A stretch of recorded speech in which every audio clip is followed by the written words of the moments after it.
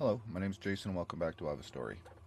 Following along here with my video series about mental health and physical health, and a little bit of what I've talked about with elderly, I'd like to share more with you today.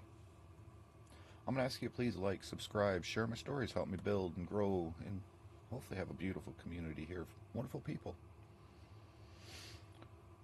So I've talked about in past videos about elderly people and some of what I've learned about them and how they work and operate, and hopefully things I can help share with you to help understand them better, help them in their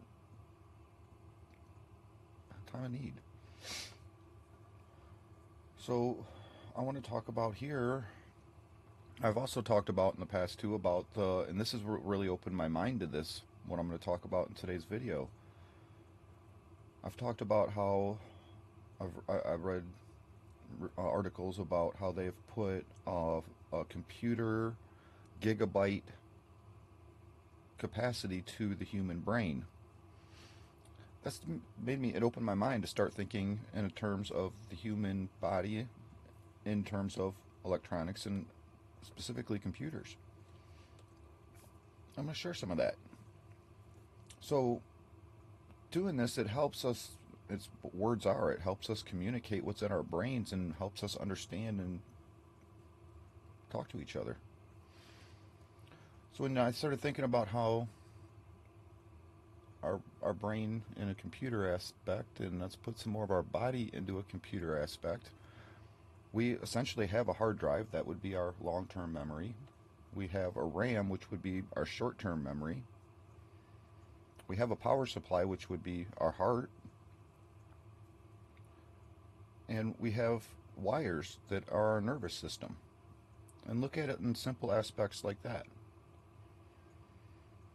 What's the very first thing we already learned about with the #1 cause of death in America? That's heart disease. Our power supplies are what fails first, which means typically that they would get weaker first and get weaker over time. So as our power supplies start to fail, everything from there forward starts to get weaker.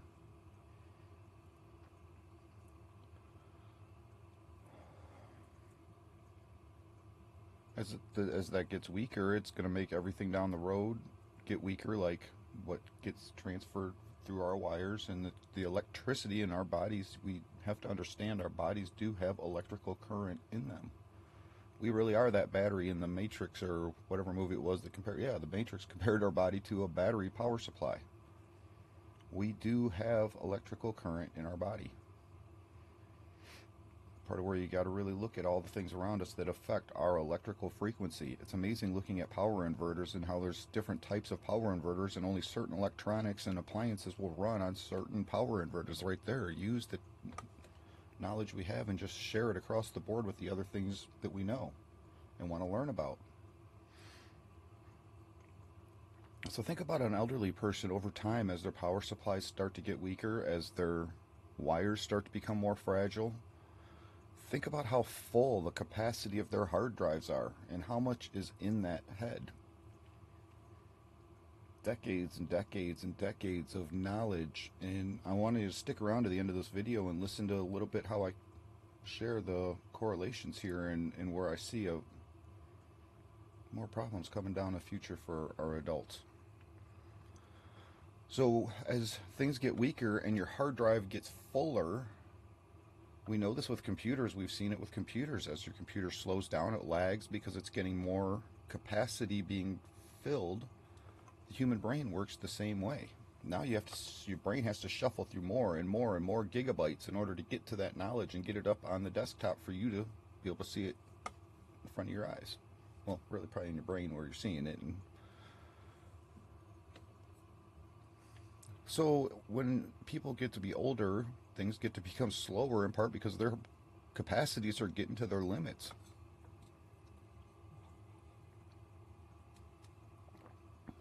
Voltages start to drop.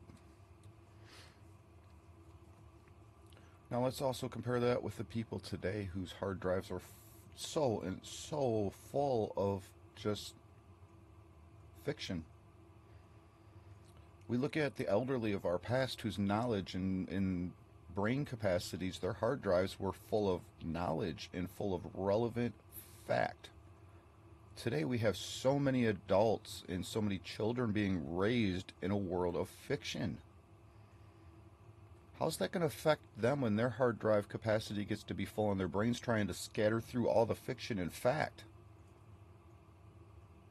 I see a big problem here for the elderly coming up in our society, of future elderly becoming, do we want to put the word dementia on it? I mean, we put words as one ways of just, again, just trying to put an image to something that we can see and communicate. But will it be dementia in the future, or brains full of garbage that they can't shuffle through?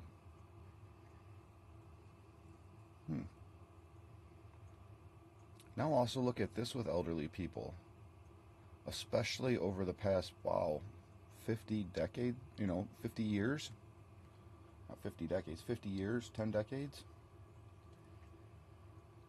Look at how much progress and change in the world. The world today is completely different than it was when I was a kid just 30, 40 years ago. And now they have an aspect of your mind of what you grew up in, what your moral soul foundations were, and watch them keep changing and changing. And the reason they change is because people make money off of it. There's money and power and control, and keeps us nipping at each other's heels and playing games and acting stupid like children. So all of that totally plays into the effects of an elderly person. And there's more to it. I mean, everything that happened throughout a person's life plays an effect on them. Obviously, things that I'm talking about, but I'm trying to, again, kiss y'all. Keep it simple. Keep these videos short and sweet. So there's some knowledge I want to share about elderly people that I hope you will learn to understand them better, to understand and be able to comfort them in where their minds have gone, or have lost, or where they struggle at. And for elderly people out there who may get to watch this video, understand where some of your struggles are coming from. Don't beat yourself up so much. I probably ought to do a video just on fear with this mental illness, because fear alone is devastational. And so many people today are afraid because they don't have the knowledge. There's one more point here I want to share with elderly people, and all that I've talked about through these videos, and that's ideology and imagery playing a role into elderly. Where I moved from, Toledo, Ohio, I spent 45 years there. And I watched people that it was like that age 65. Once you turn 65, you get this mentality, this image, this ideology that you can't do anything anymore because you're going to get hurt. And they get to be scared to get hurt. Oh my God, people, I'll tell you what, where I moved to here now, I watch people in their 70s riding snowmobiles, horseback riding, getting bucked, thrown up in the air, literally. I watched a 72-year-old man. Him and I were sitting on horseback. He was sitting 15 feet away from me, and I watched him go up in the air. I couldn't tell you how high. I'm already on a horseback, and I watched him go above me. He hit the ground at 72 years old, jumped back up, bleeding, cut, tore open. Come here, you damn horse! And he jumped right back up on it. Where I come from, most people would have never even gotten on a horse at 72 years old. And if they would have got thrown off, it's not the pain, physical pain they would have suffered, even though there is that they haven't experienced that the elderly people here have, because they've been out in the world living. It's the mentality that, oh my God, it's gonna hurt. Oh my God, I just got thrown on the ground and that hurts. Ideology, when I tell you people, it's killing us. It's killing our country. I'm so blessed to be where I am. And I just made up a song about it yesterday, and I'll have some songs and some tunes coming out here pretty soon. So here's some stuff I want to share about elderly people and about ideology and about health and the body, and I hope I covered actually quite a bit in this video for you. But it scares me to where we're going with, again, with how will we become 70 years old if we make it that far. I say people are living longer, but yet I see so many, and I've known so many people to die of a young age today that 40 years ago I didn't see. I saw more people dying of old age 40 years ago. What statistics are we really running off of? And I guess if you want to play a little more into the heart disease and the nerve system, look at, again, the chemicals and look at what COVID has done to affect our nervous system. And we are now the guinea pigs to that because we don't fully know. But I know I've learned an awful lot in talking to people and the people around me. And COVID's really made an effect on the nervous system, possibly and very well our heart, and definitely our mental illness. Where all this is going to take us as the adults today and the future elderly. You don't have to be scared, people. The best thing you can do to cure fear is to do the best you can to plan for it. If we know the nervous system and the heart is the first two things that are going to put us down, then we need to take care of those things and do better to